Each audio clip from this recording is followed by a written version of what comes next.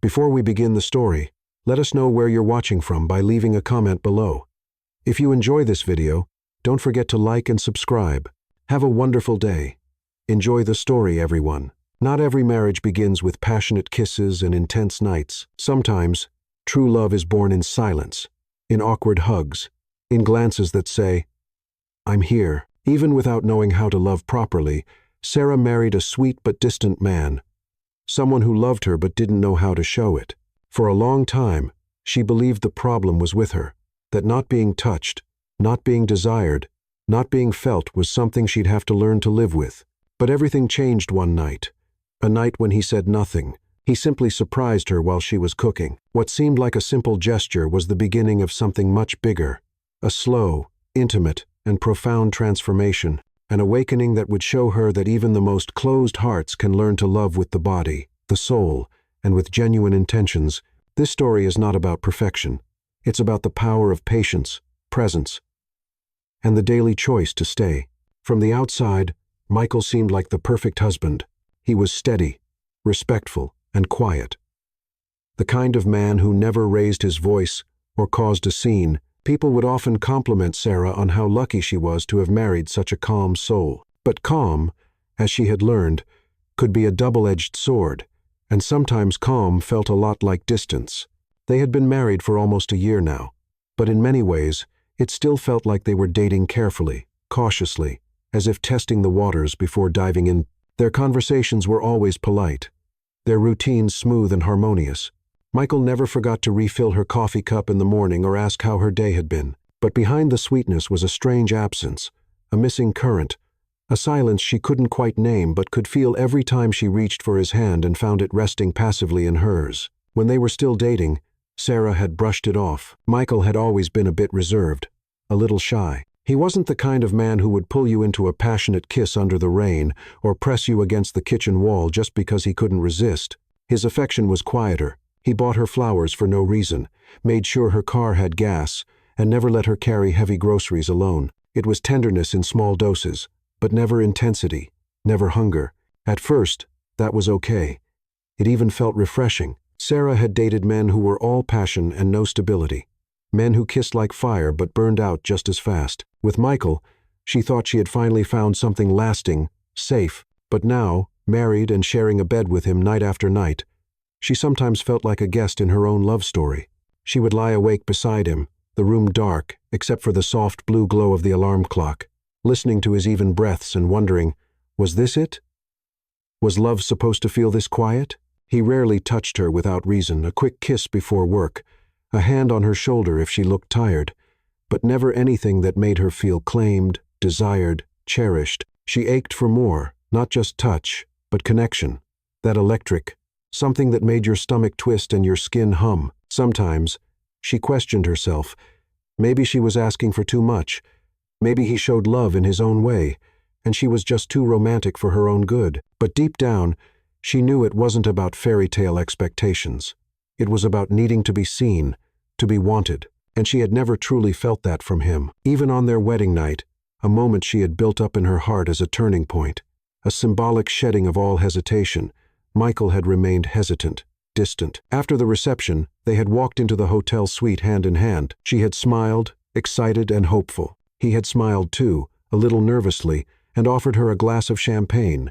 They talked for a while, then changed into sleepwear and lay down side by side. Sarah remembered how she had waited, heart thudding, giving him time to make the first move, but nothing came, just silence, just the hum of the air conditioner and the soft creak of the mattress beneath them. She turned to him eventually, placed her hand on his chest, and leaned in. Even then, his kiss had been hesitant, soft, unsure, almost like someone checking to see if it was allowed. She took the lead that night, guided him, held his gaze, reassured him with touches and murmured words, but inside, something wilted because every step felt like it came from her. Every moment of closeness was something she had to create while he simply followed. That's when the questions began to take root in her mind. Was he afraid? Was it shyness or inexperience? Or worse, was she simply not someone he desired deeply? It was a terrifying thought. Not because she needed constant validation, but because she had given him everything, her heart, her trust, her body, her future, And what she yearned for in return wasn't grand gestures or endless praise. It was presence, that unmistakable fire in the eyes of someone who truly sees you, who craves your touch not out of obligation but out of need. She couldn't ask him, "How do you ask the man you married if he's just not into you like that?" So she kept those thoughts locked away, buried beneath polite smiles and busy days. She worked, cooked, cleaned, laughed with friends. She held his hand in public, took pictures on holidays, but the ache remained. At night, she'd sometimes whisper to herself, "He loves you. He's just different." And maybe he was. But different didn't make the silence easier to bear. There were moments when she caught him staring at her, during dinner, or while she read on the couch, and his gaze was soft, thoughtful, but it never lingered, never darkened with longing, never turned into action. It was like watching a candle that refused to catch fire, no matter how many times you struck the match. She loved him. That much was certain. She loved his quiet intelligence, his thoughtfulness, the way he always knew when she needed space or a warm cup of tea. She loved that he never lied, never made her doubt his loyalty. He was dependable in all the ways that mattered. But love without expression was starting to feel like hunger without food. She didn't want to change him. She just wanted to know if there was more inside him, a layer he had never shown anyone. A part of him that maybe even he didn't fully understand. Could love grow in silence? Could a heart that doesn't know how to reach still learn to hold? She didn't know, but she hoped that maybe one day he would look at her differently, touch her differently, that the careful man she married would surprise her, not with flowers or gifts, but with fire, with desire, with a whisper that said, "I've wanted you this whole time. I just didn't know how." She didn't expect miracles, but she longed for a moment, just one, where he reached for her, not because it was the right time, but because he couldn't wait another second, and something told her that moment might be closer than she thought. The wedding had been beautiful. Sarah could still remember the scent of peonies filling the garden, the way the sunlight danced across Michael's face as he said his vows, the quiet emotion in his voice as he promised her forever. She had believed him, not just because of the words, but because Michael didn't say things he didn't mean. If he promised something, it was because he intended to keep it. And yet, when the doors to their honeymoon suite closed behind them that night, Sarah felt a chill that had nothing to do with the air conditioning. The room itself was perfect. Candlelight flickered from the bathroom where the tub had been drawn, a bottle of champagne sat chilling beside the bed, and soft instrumental music played in the background, like the soundtrack to a romance movie. Michael had thought of everything, down to the lavender petals sprinkled across the white linen. He smiled nervously, asking if she liked it. She said, yes, of course she did. But what she didn't say, what she was too afraid to say, was that she wasn't there for the aesthetics. She was there for him. She had hoped, truly hoped, that the magic of that day would awaken something in him, that maybe once the ceremony was over and the weight of expectations lifted, he would finally relax, that the man she loved would take her in his arms, look at her like she was the only woman in the world, and kiss her like he meant it. Kiss her like he couldn't help himself. Instead, what followed was an echo of all the quiet nights before. They sat on the edge of the bed, their wedding clothes exchanged for pajamas, his, a neat gray cotton set, hers a delicate satin slip she had picked out months ago, imagining it would be the start of something unforgettable. Michael complimented her softly, said she looked beautiful. She smiled, whispered, "Thank you," and then, silence not the kind that came from comfort or peace, but the kind that gnawed at your insides, the kind that made a woman question herself. Sarah waited, giving him space. Maybe he was nervous, she thought. Maybe he just needed a little time. So she moved closer, gently touched his face, and leaned in to kiss him. His lips responded, but not with urgency. There was no tremor in his hands, no rush in his breath, just polite reciprocation, like a man trying to follow instructions written in a language he barely understood. She tried again, this time with more emotion, her fingers grazing the back of his neck, her body tilting into his. But Michael froze, just for a second, just long enough for her to feel it. That pause was louder than words. Still, she didn't stop. She couldn't. She had waited for this moment for months, not just the act itself, but what it meant. Union. Intimacy. The raw expression of a love that didn't need translation. She wanted to feel him want her, not because he was her husband, but because he was her man.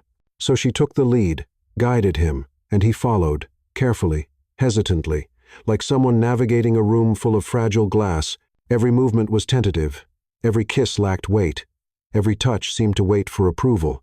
By the time the night ended, Sarah was lying beside him, eyes open, staring at the ceiling, her heart not broken but quietly bruised. She didn't cry. There was nothing dramatic about the moment. It was just empty. And that emptiness whispered questions she wasn't ready to answer. Was he afraid? Was it just nerves? Or was there something deeper? Something he hadn't told her? Something about his past or something about her? She thought of the stories her friends told. About passion that couldn't wait. About honeymoon nights full of laughter and tangled sheets. But in her suite, there was only silence. Michael kissed her forehead, rolled over, and fell asleep within minutes. She lay still, her body warm from the closeness but her heart cold. Maybe it was just the first time, she told herself. Maybe it would get better. But part of her knew this wasn't just a lack of experience. This was something else, something locked inside him. In the days that followed, Michael didn't mention it. He kissed her in the mornings, asked if she wanted coffee, planned little outings. He seemed happy, content, and maybe he was, but Sarah couldn't shake the feeling that she had been the only one truly present that night. It wasn't about physical satisfaction, it was about the emotional absence, the missing weight in his gaze, the lack of urgency in his touch. It was the realization that even on the night meant to seal their love in its most sacred form, she had felt alone, and that loneliness, wrapped in silk sheets and candlelight, was far more painful than any fight could have been. She didn't bring it up, not yet, because how do you say to the man who gave you a perfect wedding, "I think you forgot to bring your heart"? So she smiled. She made love again, if that's what it could be called. And she waited for him to see her, to really see her. Because love, she believed, wasn't just about being chosen. It was about being claimed. And Michael, sweet and gentle Michael, hadn't claimed her at all, not yet. But something in Sarah's soul refused to give up. She wasn't angry. She wasn't bitter. She was simply waiting for something to change. For the fire she believed he held inside. For the moment, however far away, when the quiet man she married would finally surprise her, and when that moment came, would it be too late? The days after the honeymoon were filled with smiles. Neighbors brought gifts. Co-workers congratulated her at the office. And social media overflowed with comments on how radiant the couple had looked at the wedding. To the world, they were the picture of happiness. And in some ways, Sarah felt happy too. She had married the man she loved. Their apartment was cozy, filled with soft lighting and bookshelves they built together. Michael cooked for her twice a week, always remembering to toast the bread just the way she liked. He asked about her day, listened attentively, laughed at her jokes. Even the bad ones. He was kind, constant, good. But love, she was learning, was not only about goodness, it was also about touch, about desire, about the subtle tension in the air when someone brushes past you and neither of you can breathe for a second, and that was missing. At first, Sarah tried not to think about it. She filled her schedule, volunteered for extra projects, met friends for lunch, told herself that intimacy wasn't everything, that passion could wait, that maybe it wasn't even that important in the long run. But late at night, when Michael's back was turned and the moonlight slipped through the curtains, those quiet doubts came crawling in. Why doesn't he touch me more? Why does it feel like he's holding something back even when he's holding me? Sarah wasn't angry. She was confused, because Michael wasn't cold. He wasn't indifferent. He looked at her with warmth, brought her tea when she was sick, and always remembered the anniversaries of small things, like their first date or the night he asked her to move in. But when it came to physical closeness, something shifted in him. He never reached for her first, never kissed her with hunger, never traced her skin like a man in love with the landscape of the woman he chose. And it wasn't just about sex. It was the lack of weight behind his gaze, the absence of hesitation that usually comes when someone wants you so badly they're afraid to touch you too fast, that beautiful, delicious ache of longing. Sarah missed that ache, even if she'd never fully had it with him. She began to observe other couples quietly on the subway, in cafes, during walks through the park. She noticed the way some men couldn't help but tuck a strand of hair behind their partner's ear, or how they rested their hands possessively, gently, on the small of her back. That invisible pull between two people who couldn't get close enough. She had never felt that with Michael, and the question that terrified her the most began to echo. Was it me? Was she not enough? Not beautiful enough? Not desirable enough?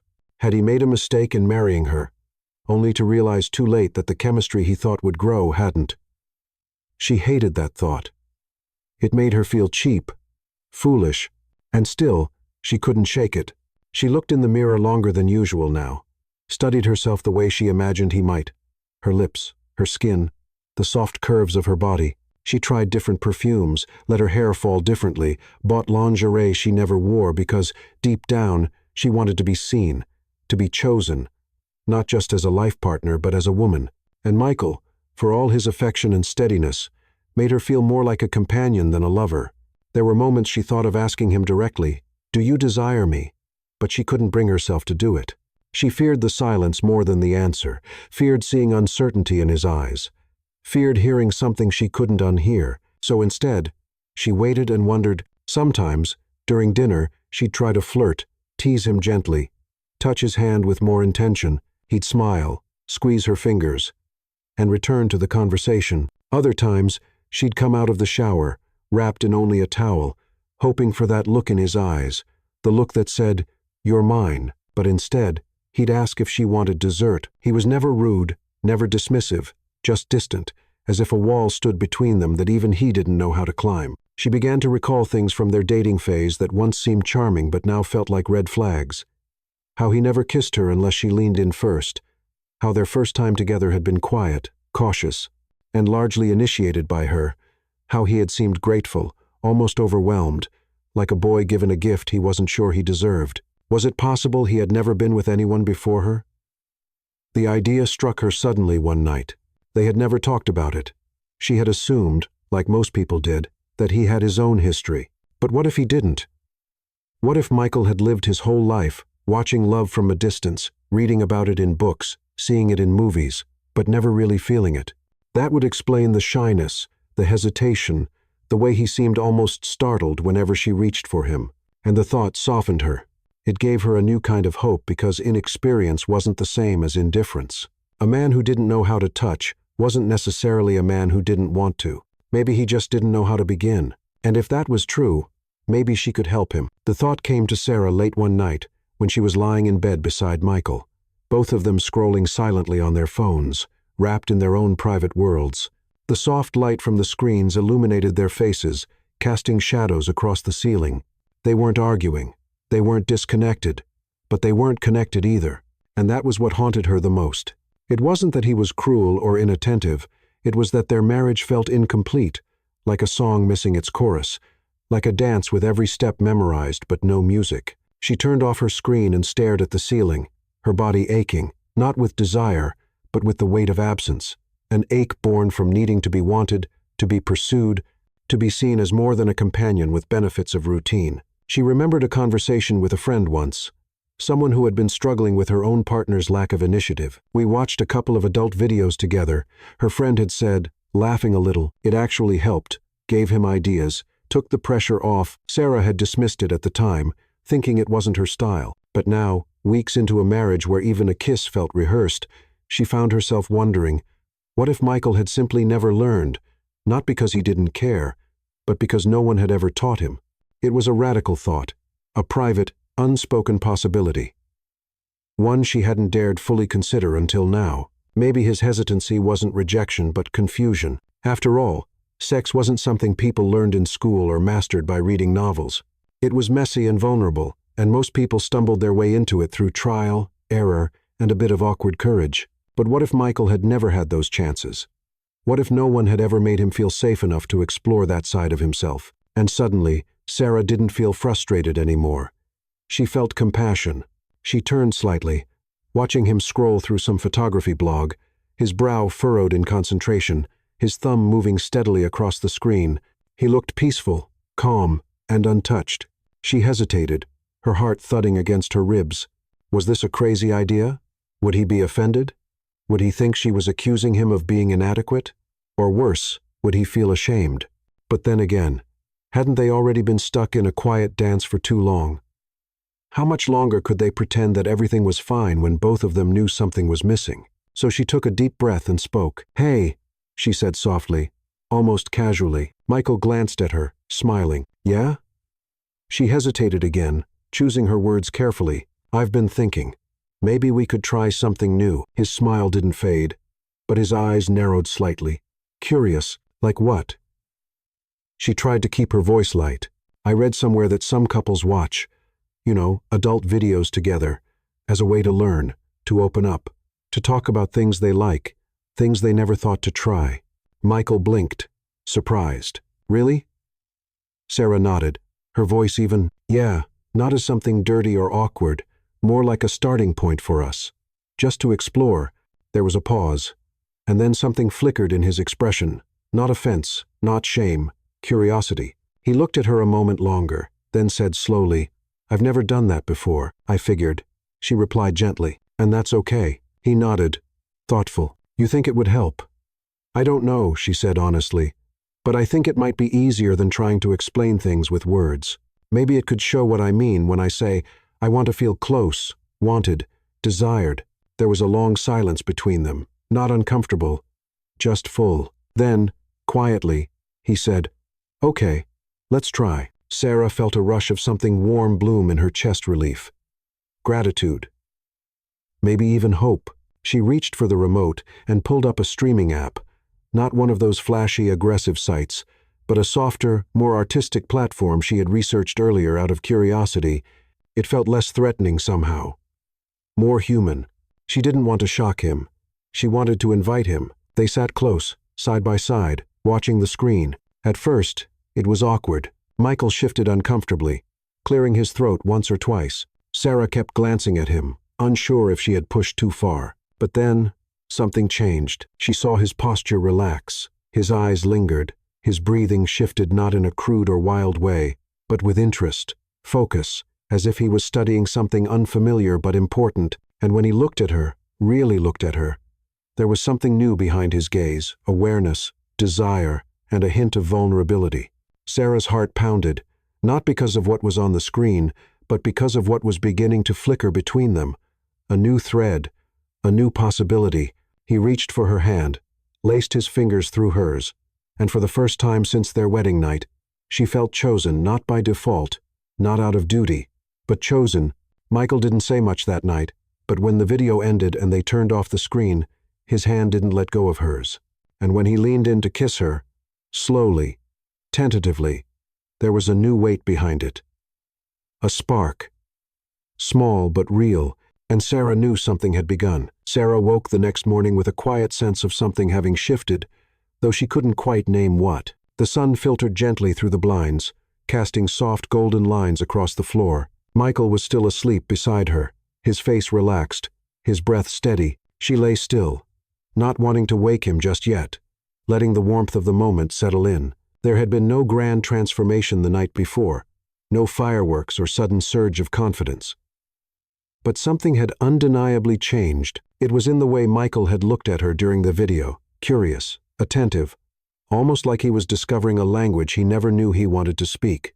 It was in the way his hand had tightened slightly around hers, as though anchoring himself to her as he stepped into unfamiliar waters.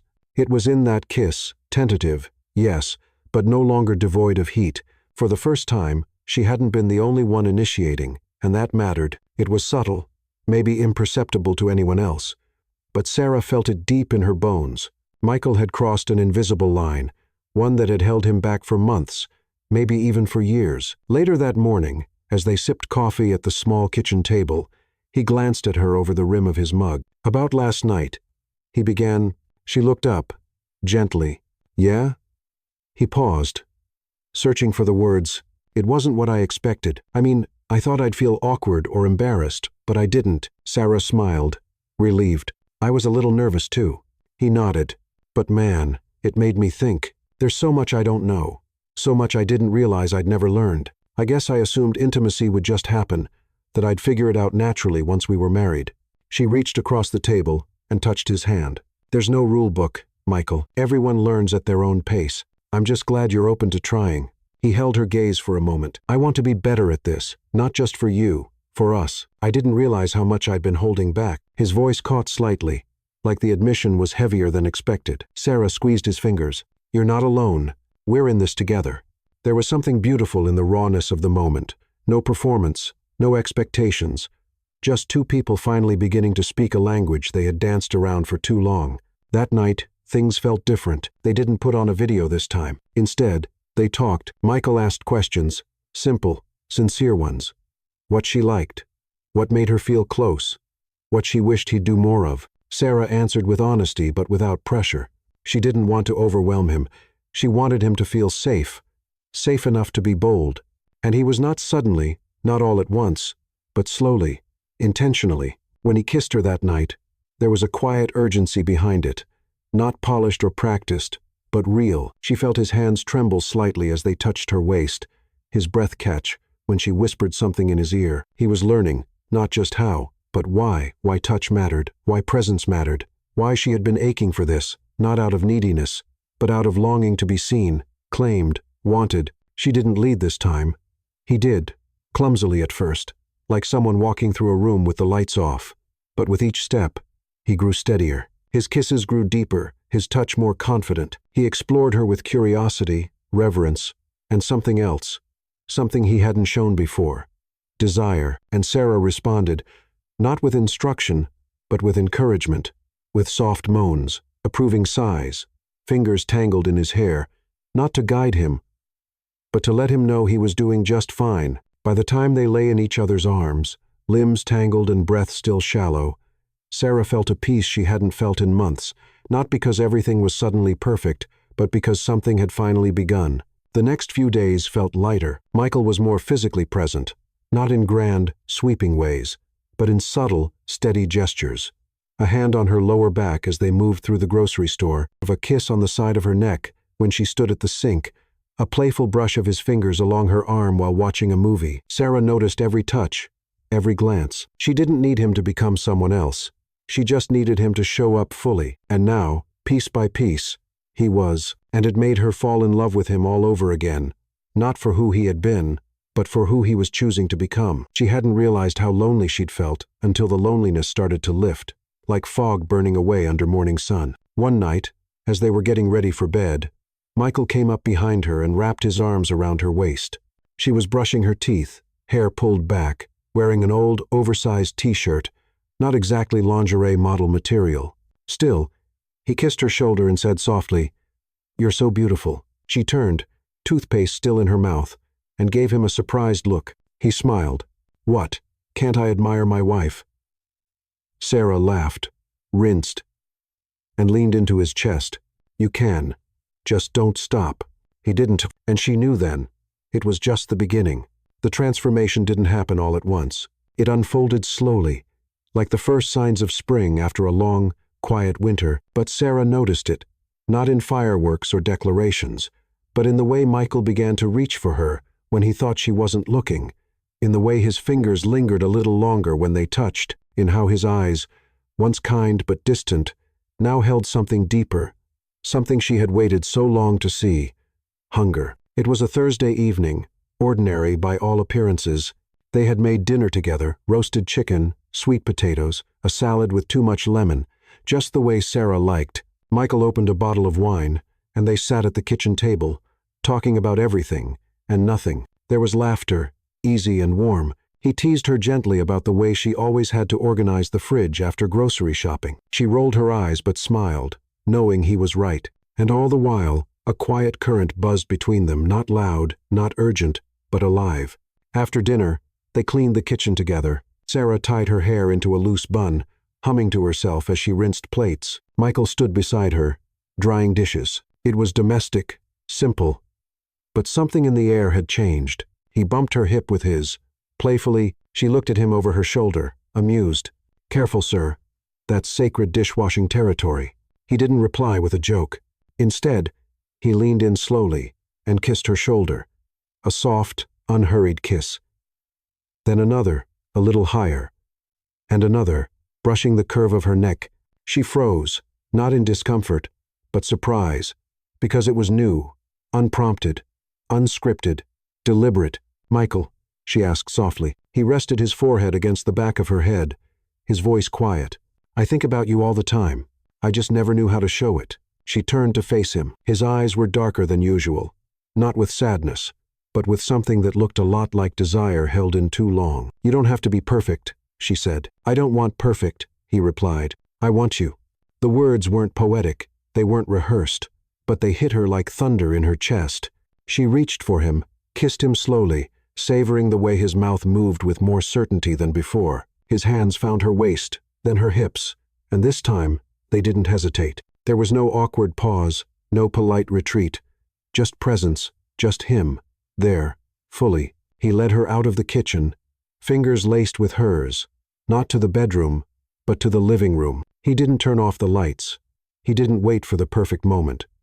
He just began on the couch, under the dim glow of the lamp, with the faint hum of traffic outside, grounding them in reality. Michael kissed her like a man who had decided, finally, to let himself feel. His kisses were firmer now, fuller, and when Photon his hands roamed her body, they did so with reverence and curiosity.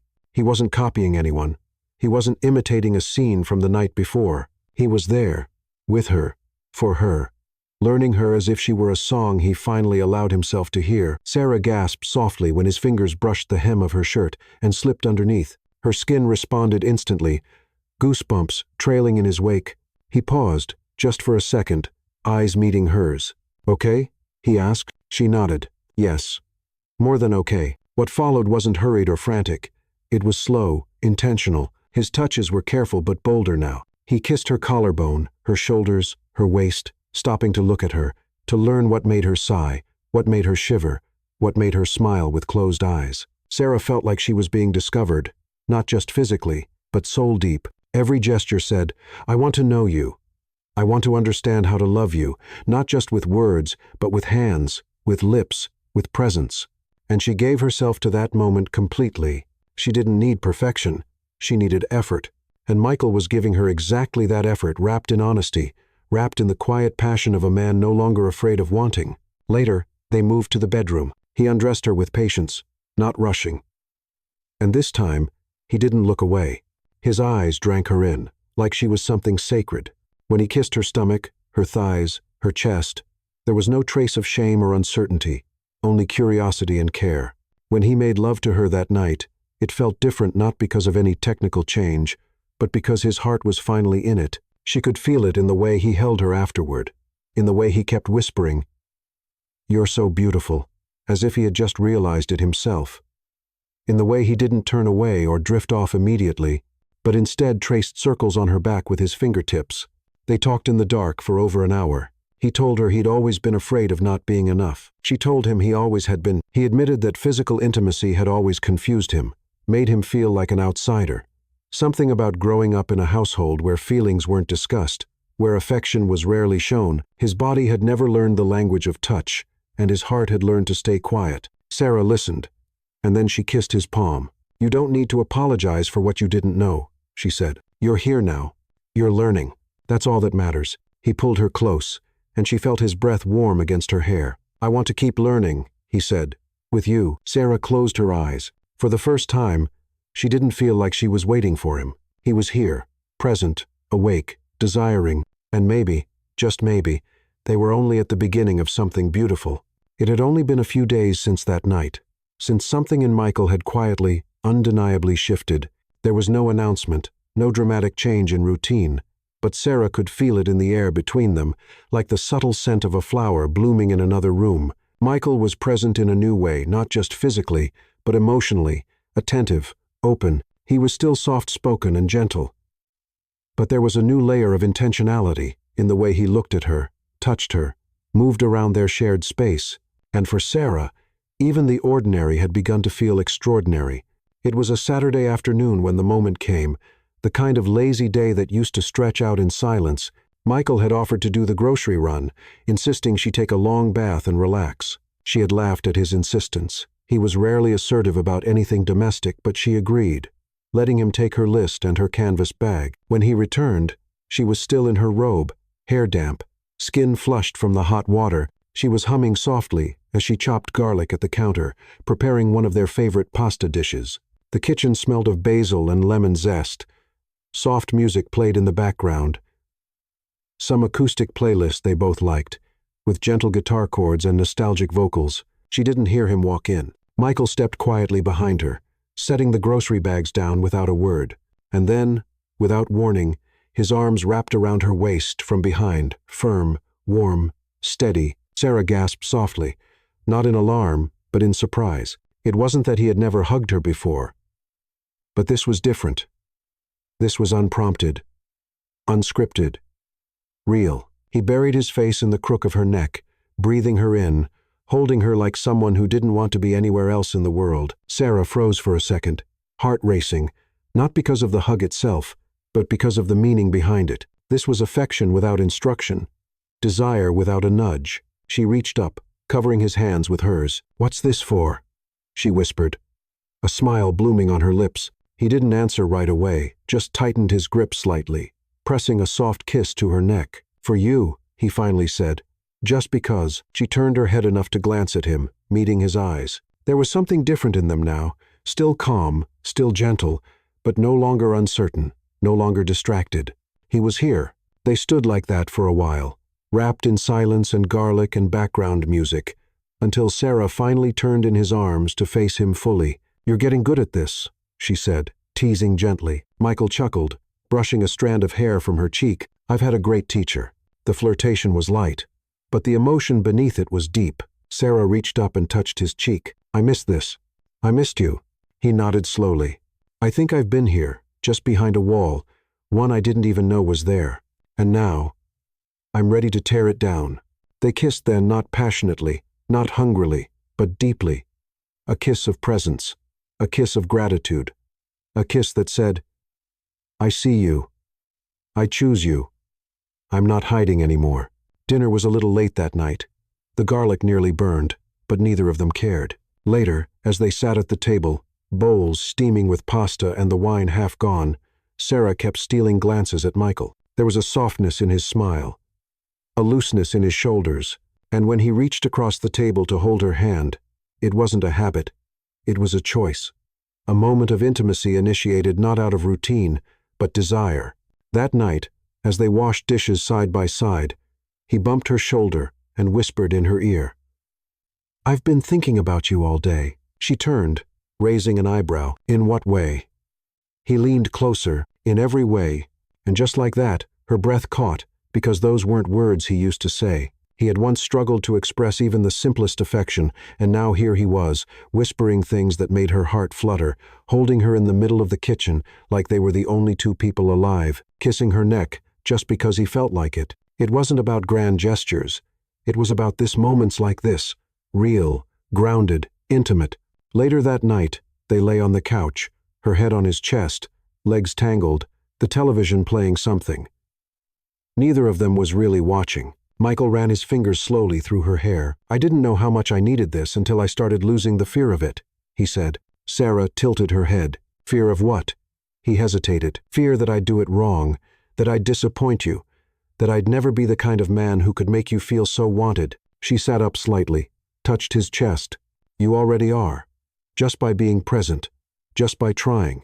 He pulled her close again. "I want to keep surprising you." Sarah smiled against his shoulder. "You already have." But as she closed her eyes, heart full, she couldn't help but wonder, what other surprises did he have in store? Sarah was distracted, folding some clothes in the bedroom, when she noticed that Michael was taking longer than usual downstairs. She heard some footsteps, a brief sound of running water, then silence. She found it curious but didn't worry. She was becoming more accustomed to the small mysteries that Michael began to create since that night in the living room. Since the first genuine gesture of desire, something inside him seemed to have awakened, not a burst of uncontrolled passion, but a silent decision to be present, to learn, to surprise her, not with flowers or expensive gifts, but with sincere gestures, small but full of meaning. And that night, she would feel it like never before. "Love?" she called from the bedroom door, stepping down the first 2 stairs. No answer. The house was dimly lit, and there was a different scent in the air, lavender, vanilla, something soft and enveloping, as if the atmosphere itself had become an invitation. It was then that she saw it, at the bedroom door. A small note taped with a piece of tape. "Close your eyes. Trust me." Sarah smiled, feeling her heart race, not from fear, but from curiosity, and an emotion she hadn't expected to feel again. Anticipation, the kind that only happens when someone cares about the details for you, when someone thinks about your pleasure before their own. She closed her eyes, just as the note had asked. "I'm here," Michael said, his voice soft, near the stairs. She heard his steps, then felt his fingers gently touch her hand. "Come with me." He guided her down the hallway calmly, and Sarah noticed the change in the room's temperature, the warm comfort of the bedroom, the soft texture of the rug under her bare feet. And then he stopped. "Open your eyes." Sarah opened her eyes and almost held her breath. The bedroom was transformed, curtains drawn, soft yellow lights not from the ceiling, but from dozens of small candles safely placed on shelves, tables, and window sills. On the floor, rose petals scattered gently. There was a low instrumental playlist playing, like a soundtrack to a moment only they would understand. In the center of the bed, a new, white, immaculate sheet. On top of it, a small bottle of body oil, and beside it, another note, written with the same calm handwriting. "Tonight, I just want to take care of you." Sarah brought her hand to her mouth, moved, not by the obvious romance, but by what the gesture meant. Michael was there, fully. For the first time, he had taken the lead in an intimate moment, and he had done it thinking of her, her pleasure, her well-being. "You did all this," she began, but he interrupted her with a shy smile. "I just thought about how I'd want you to feel special, safe, loved." Sarah didn't answer. She simply walked to him and hugged him, long and silently, and then, without rushing, without unnecessary words, he began. Michael asked her to lie on her stomach and took the small bottle of oil. His hands, once hesitant, now moved with more confidence, not out of experience, but out of surrender. The first drop of oil landed warm on her back. Sarah shivered slightly, closing her eyes, surrendering. His hands began to glide, first on her back, then on her shoulders, moving down to her arms, always with gentle pressure, as if touching her was a privilege. It was different from anything she had ever experienced with him. Every movement said, "I see you." He massaged not only her body but the silent accumulation of emotions, the months of waiting, the knots of insecurity, and as he gave himself to this gesture of care, Sarah felt something dissolve within her, something heavy, something she hadn't known she was still carrying. Michael knelt beside her, and for a few seconds just watched, as if admiring was part of the ritual. Then, with his fingertips, he traced invisible lines along her waist, her thighs, the side of her face, always attentive, always asking with his gaze if everything was okay, and it was. It was more than okay. Sarah felt enveloped by a love that was finally freeing itself from fear, a love that was learning to speak through touch, through initiative, through silent presence, and above all, through intention. She turned to face him. "What changed?" she asked in a whisper. He thought for a second before responding. "I stopped thinking I needed to know everything to start doing something." She smiled. And I started just feeling. With you. For you." They kissed then, right there, with delicacy but firmness. Michael was discovering his own rhythm, one that didn't come from manuals or videos, but from sincere observation, from a real desire to please her, to connect. And that night, when they gave themselves to each other, there was no choreography. There was presence. He caressed her body as if thanking her. She surrendered as if trusting, and between kisses, caresses, and silent smiles, Sarah felt her heart warm with something new, a certainty that had taken time to arrive but was now settling firmly. He's here, with me, by choice, by love, fully and still. As she fell asleep in his arms, a soft question lingered, suspended in the air. If this is the beginning, how far could we go together? Sarah woke up before the sun. Wrapped in the warmth of Michael's arms, the room was still dark, except for a faint, bluish light filtering through the cracks in the curtains. His breath was steady, his chest rising and falling in a serene rhythm, and his hand rested on her waist, like a silent anchor. She didn't want to move. She didn't want to break that moment. There was something sacred in it, not just the contact, but what it represented. That hand resting on her was no longer a mechanical or insecure gesture. It was presence, choice, bond, as if even while asleep, he was saying, "I'm here. I'm not going anywhere." Sarah closed her eyes again, and for a moment remembered the early weeks of their marriage, the heavy silences, the timid touches, the doubt that ate away inside her even when she smiled on the outside. And now he was there, changed not because she demanded it, but because he decided to learn. He decided to feel. He decided to love fully. When Michael woke, the first thing he did was pull her closer, with his eyes still closed. He kissed her exposed shoulder and murmured something inaudible. Sarah smiled, a smile that came from her chest, not just her lips. "Good morning," she said, turning to face him. He opened his eyes slowly, still sleepy, but with that new spark she was still getting used to seeing. "Good morning, my love." It wasn't the first time he had called her that, but that morning it sounded different, as if every word was imbued with truth, with desire, with a silent intention. They lay there, looking at each other, no rush, no need to fill the space with conversation, and when their lips finally met, it was as if the world disappeared for a moment. Michael kissed her with a kind of attention she had never felt before, as if every movement was chosen, as if he was writing something with his mouth, a letter without words, made only of feeling. His hands began to explore her body with tenderness, but also with a new kind of firmness. There was no hesitation anymore. He knew where she was sensitive, where she trembled, where she relaxed. And more than that, he wanted to know, with patience, with surrender, with love. Sarah felt every touch, not only on her skin, but deep inside her soul. It was as if, finally, their bodies had stopped being barriers and had become bridges. As if, for the first time, the physical was not separate from the emotional but completely intertwined. When he hugged her from behind, slowly caressing her waist, she closed her eyes and took a deep breath. Her body responded naturally, effortlessly, as if they were dancing to a song they both knew, even without having rehearsed it. Michael kissed every inch of her skin with reverence, and she felt that in that gesture there was more than desire. There was gratitude. There was regret for the times he had pulled away. There was a silent promise. "I see you now, and I want to keep seeing you." As they united in that new, intimate encounter, there was no rush, no concern for perfection, just touch, skin, breath, connection, and tears.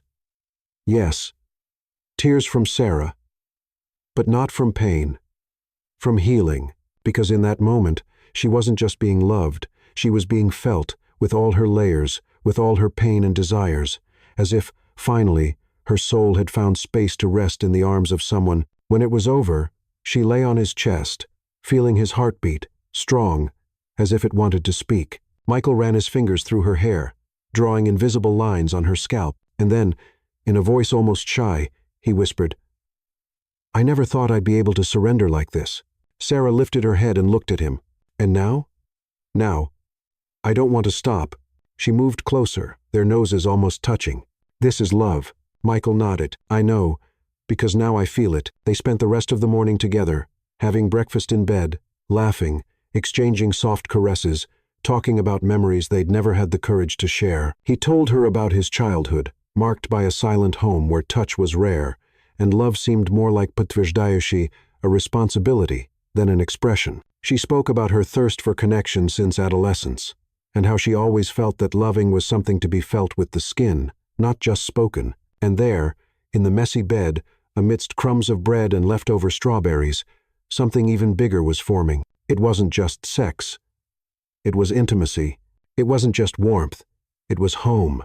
And as the afternoon advanced and the sun streamed through the cracks more forcefully, Sarah looked at Michael and, for the first time in a long time, didn't wish for anything more, because she had everything. And yet, a sweet and restless thought whispered in her chest, "If this depth is possible now, what else still awaits us on the journey?" What started as a shy awakening gradually transformed into a dance that became more and more in tune, not because Sarah and Michael had memorized steps or learned formulas, but because, finally, they were listening to each other, not with their ears, but with their bodies, with their skin, with their hearts. Their intimate relationship was no longer a silent or tense field. It had become a living territory, full of nuances, where desire and affection met with freedom. With every new touch, every night spent together, Sarah realized clearly, Michael hadn't just learned to surrender, he wanted to surrender, and that made all the difference. The nights began to have a different rhythm. There was no longer that anxiety hidden in his gaze, or that hesitation in his gestures. He touched her naturally, with desire, with genuine pleasure, and more than that, with intention. Sarah saw in his eyes a glow that hadn't been there before, a kind of silent confidence, as if he had discovered that loving physically was also a way of speaking, and he was learning to speak fluently. One night, after a simple dinner on the balcony, they sat on the couch to watch a movie. But the movie never started. A lingering look, a shy smile, and the touch of his fingers on her legs were enough for the world around them to disappear. He kissed her slowly, deeply. His hands explored every curve of her body with patient tenderness, not the kind that hesitates, but the kind that respects. And she, feeling his touch, knew that he was no longer the same man from weeks ago. He wasn't the Michael who just touched her with doubt. He was the Michael who delighted in touching her, who discovered pleasure in provoking pleasure, who understood that affection could be an invitation, but it could also be a response. And in his eyes, Sarah saw something even more precious: presence. Because now, every time they were together, he was there whole, surrendered, attentive, as if every touch were a prayer and every sigh a response. The sexual relationship between them stopped being a reserved, silent, almost shy moment and became something alive, spontaneous. Michael began to take initiative, not only in the bedroom, but in unexpected moments. A warmer kiss in the kitchen, a prolonged hug in the hallway, a touch on the back while she washed her face, followed by a "you're so beautiful." Sarah felt her body respond in a new way, not just with excitement, but with freedom, because when there is trust, even desire blooms differently. And now, there was trust in every look, in every whispered smile between kisses, in every word spoken in the dark. Michael also became more verbal, not with long phrases, but with short declarations that carried immense power. "I think about you all day. Your scent calms me. I want you now, just you." Each of these sentences was like a key, unlocking doors of pleasure in her that had never been touched with such delicacy. And the most surprising part, he did it effortlessly, because it didn't come from obligation. It came from connection. They learned to laugh together during their most intimate moments, sometimes when things didn't go as expected. When a movement was awkward or a kiss turned into a laugh, they didn't get frustrated. They just laughed and then kissed again. Even more connected, even more complicit. Sarah realized that now they were dancing to the same rhythm, not because someone was leading, but because they were synchronized by the desire to make it work. Michael began to anticipate her desires. He knew when she wanted more slowness, when she needed silence, when the touch should be firmer. He read her like she was a book he didn't just love but respected. And in return, she surrendered without fear. The trust grew, the surrender became deeper and deeper, and with that, something new was born, a sense of partnership in pleasure. It was no longer about who gave and who received. It was about sharing. Michael began to ask more. "What do you feel when I do this? Do you want me to keep going? Are you enjoying it this way? Or would you prefer something different?" But the most beautiful part was that these questions didn't come with shame or insecurity. They came with naturalness, like someone wanting to understand the other's language and not just dominate. Sarah felt that, over the weeks, they had created a new way of loving, one that didn't come ready-made from the outside, but was built right there, between four walls and two naked hearts. One night, exhausted after a long workday, they lay side by side, and Michael simply stretched his arm out and said, "I just want you here, like this. That's enough for me." And she lay on his chest, feeling his heart beat calmly, and thought, maybe this is what I've always wanted. A love that knows how to touch but also knows how to stop and just stay. In the days that followed, their harmony solidified. Michael didn't need videos, scripts, or tips anymore. He now knew what worked for them because he had learned in the most sincere way. By observing, asking, trying, listening, and Sarah knew, loving someone like this isn't about finding perfection. It's about finding someone willing to evolve with you, in the soul, in the body, and in the touch. But what she didn't expect was that the next touch that would change everything wouldn't come from his hands. It would come from life itself, which was already growing inside her. Silent, small, and miraculously present, Sarah's body started changing before she even consciously noticed. First, it was the sensitivity in her chest, then a slight exhaustion that followed her even after a full night's sleep. She blamed the workload, the unseasonably warm weather, the intense routine, But there was something else. Something silent. Something alive. She began to suspect when she lost her appetite for her favorite coffee, a rich blend that she and Michael used to prepare every morning. On the fourth consecutive day, she turned it down. He furrowed his brow and asked, "Are you okay? I've never seen you say no to your coffee." Sarah shrugged, trying to joke it off. "Maybe I've developed a more refined taste." But inside, her heart raced. That night, lying next to Michael, she felt her body warmer, her senses sharper. His touch was still a balm, but something inside her felt different, as if her very skin was preparing for a new role. It was by the end of that week, alone in the bathroom, that the test confirmed it. 2 lines. Clear, definitive. Sarah felt the world spin for a few seconds. She sat on the edge of the bathtub, the test in her hand, her heart beating in her chest like it wanted to leap out. Tears came before the smile even appeared. She didn't know if she was ready, but she was happy and scared and incredibly moved. Because there, in front of her, was more than a result. There was a promise. The fruit of everything they had lived, the silent struggles, the touches learned, the glances that had finally become true. Inside her now, there was the deepest symbol of connection 2 bodies and 2 souls could create. She decided to wait until Sunday to tell him. She prepared a simple dinner with the dishes Michael loved the most. She dimmed the lights in the house, just like the nights when he used to prepare surprises for her. And in the center of the table, beside his napkin, she placed a small white box with a ribbon. "What's this?" he asked, smiling as he noticed the unexpected gift. "Open it," she said, trying to keep her tone light but with her eyes already teary. Inside the box was a tiny pair of light gray baby shoes and a handwritten note. "Our love now has one more heartbeat for us." Michael went silent. Time seemed to stop. He looked at the shoes, then at her. "Sarah," he murmured. She nodded, tears already streaming. "Yes, I'm pregnant." He put his hands to his face, his eyes wide and moist. Then he stood up, went to her, and embraced her with a strength she had never felt before, not a physical strength, but an emotional one, a total surrender. I don't know what to say," he whispered, his voice choked. "You don't need to say anything. Just stay with me here." He knelt in front of her, placing his head on her belly, as if he wanted to listen to what was barely forming inside. And in that gesture, Sarah saw everything she needed. Michael was no longer the man afraid of touch. Now he was touching the invisible, what had yet to be born. In the days that followed, he dove into the newness with the same care and surrender with which he had learned to touch her. He studied the symptoms, prepared fresh fruit for breakfast, carried the shopping bags without letting her touch anything heavy. But more than that, he observed her and admired her. "You're different," he said one night, lying with his head on her lap. "Puffy," she joked. "Beautiful, serene, radiant," he replied without hesitation. Sarah ran her fingers through his hair. "Sometimes, I still wonder if all of this is real." He looked at her, serious. "I do too.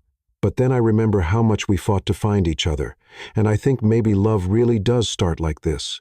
Confused, shy, full of stumbles, and then it blossoms." Sarah smiled, feeling the baby move gently for the first time. It wasn't pain.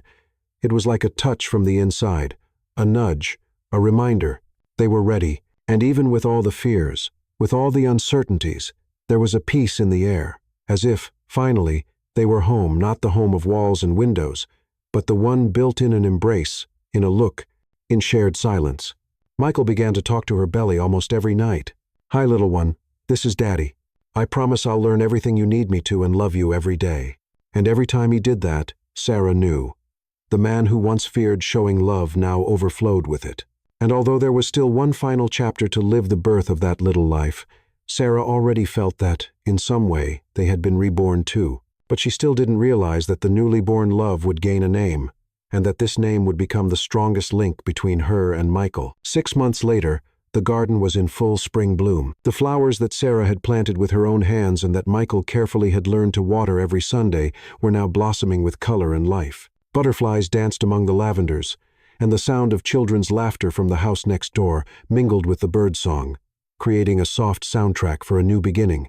It was the day of the birth not just of a daughter, but of a new story. Michael had stayed up all night at the hospital, sitting by Sarah's bed, holding her hand with firm fingers and a gaze full of tenderness. He didn't try to control the situation. He didn't hide his emotions. On the contrary, he cried, smiled, trembled. He was vulnerable like never before, and it was beautiful to see. "Breathe with me," he whispered between contractions. "I'm here. It's all going to be okay." And it was. Lily was born at noon, with her eyes closed and a loud cry, a small sound, but powerful, as if she was saying, "I'm here, and you're already mine." When the doctor placed her on Sarah's chest, she cried silently, stroking the small head, feeling the warmth of that tiny body that had grown inside her. Michael couldn't stop looking. "She's perfect," he repeated, as if it were a mantra, and she was. But what moved Sarah the most in that moment wasn't just the miracle of life, it was the miracle of transformation. Michael, the man who once feared even touching, was now holding that little life with firm hands and eyes full of love. He kissed the baby's forehead, as if he had known her for years, as if, somehow, he had always known she would come. During the first days at home, the couple discovered a new kind of intimacy, the kind that is born from shared exhaustion, sleepless nights, and the small, daily victories. The first bath, the first smile, the first attentive look from the baby, who seemed to absorb everything. Sarah, even exhausted, felt complete. She watched Michael walk through the living room with Lily in his arms, humming softly, made-up songs. And she knew that the man standing before her was no longer the same one she had married. He had blossomed. Each gesture showed a love built with patience, with choices, with courage. A love that hadn't come ready-made, but a love that had come true. One Sunday afternoon, while Lily slept in her crib, Sarah and Michael sat side by side on the couch, hands intertwined. The house was quiet, but not the same kind of silence as before. It was a living silence, the kind that exists between two people who no longer need to explain themselves. "We've come this far," she said, emotionally. "And everything is still just beginning," he replied. Sarah rested her head on his shoulder. "I look at you now and see everything I prayed for when I felt alone." Michael kissed her forehead. "I look at you and see the woman who taught me what true love is, without haste, without demands, just with presence." She smiled, with teary eyes. "Do you love me?" He looked into her eyes. "More than ever, in every possible way, and in every way I will still learn." That was the answer her heart had always been waiting for, not because it was grand, but because it was real. Their relationship wasn't perfect. There would still be difficult days, arguments, long nights. But now, there was a foundation that supported everything. Truth, surrender, and mutual growth.